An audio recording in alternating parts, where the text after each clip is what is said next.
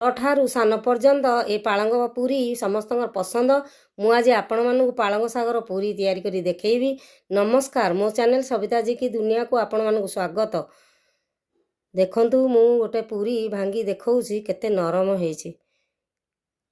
ଏଥର ଚାଲନ୍ତୁ ଆମେ ତିଆରି କରିବା ଆରମ୍ଭ କରିବା। ପ୍ରଥମେ ମୁଁ ରସୁଣ ଆଉ କିଛି ଅଦାକୁ କାଟିକିରି ଛୋଟ ଛୋଟ କରି ଗ୍ରାଇଣ୍ଡର ଜାରରେ ଦେଲି। 4ଟା କଞ୍ଚା ଲଙ୍କା ଦେଲି।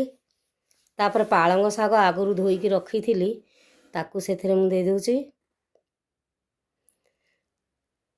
ସେଥିରେ ପାଣି ଅଳ୍ପ ଦେଇକିରି ମୁଁ ବାଟି ଆଣିଲି।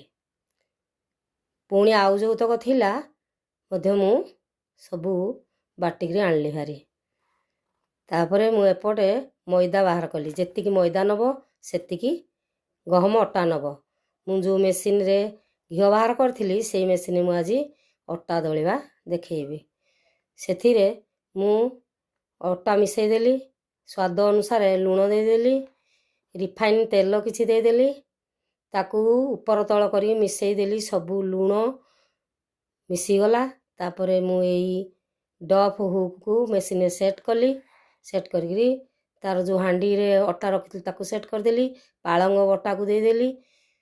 ଏଥର ମୁଁ ସବୁ ପାଳଙ୍ଗ ବଟା ଦେଇ ସାରିକିରି ମେସିନକି ଷ୍ଟାର୍ଟ କଲି। ମେସିନ୍ ଚାଲିଲା।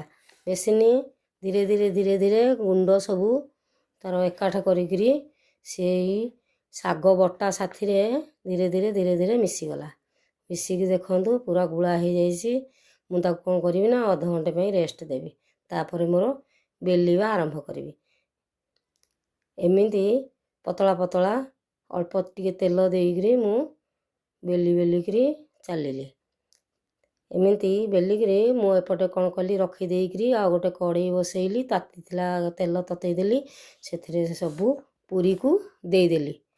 ଗୋଟିଏ ପୁରୀ ମୁଁ କଲି। ଏମିତି ଗୋଟେ ଗୋଟେ କଲେ କ'ଣ ହୁଏ ନା ଭଲ ଫୁଲେ, ଗୋଲ ଗୋଲ ପୁରା ବଲ୍ ଭଳିଆ ଫୁଲିବ। ଗୋଟିଏ ପରେ ଗୋଟିଏ ମୁଁ ଦେଇକି ଧୀରେ ଧୀରେ ଚାପି ଚାପି ତାକୁ କଲି।